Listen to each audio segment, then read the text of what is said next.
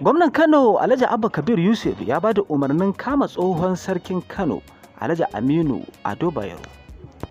Masu kalama da sauraron mu sai ku biyo mu a cikin shirin namu don jin ko menene dalili da kuma yadda ta kasance. Sai dai kafin kawo muku dalili da tsinduma cikin labaran namu gadan-gadan.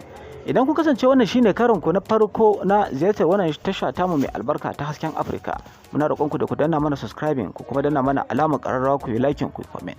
Idan kun kasance daga cikin waɗanda suka yi mana subscribing kuma suka danna mana alamar ƙararrawa, muna roƙon ku da ku yi mana like kuma ku yi mana comment domin ci gaba da samun shirye-shiryen nama duk lokacin da muka dora.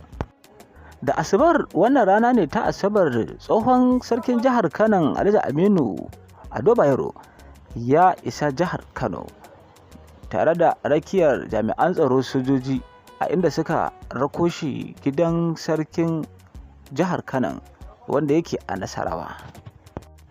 A inda gwamnan jihar Kano ya zargi mai baiwa shugaban ƙasa shawara akan harkokin tsaro wato Nuhu Ribado da baiwa Alhaji Aminu Ado Bayero tsohon sarkin jihar Kano jirage guda biyu domin rako shi jihar Kano.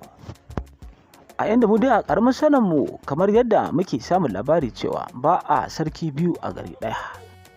A yanda muke hasashe wannan dalilin ne ya sa gwamnan jihar Kano ya bai mai girma kwamishinan 'yan sanda na jihar Kano umarnin kama tsohon sarkin Alhaji Aminu Ado Bayero, inda a yanzu haka tsohon sarkin jihar Kano Alhaji Aminu Ado Bayero ya samu rakiyar jami'an tsaron sojoji zuwa ƙaramin gidan sarki a jihar Kano da ke karamar hukumar Nasarawa.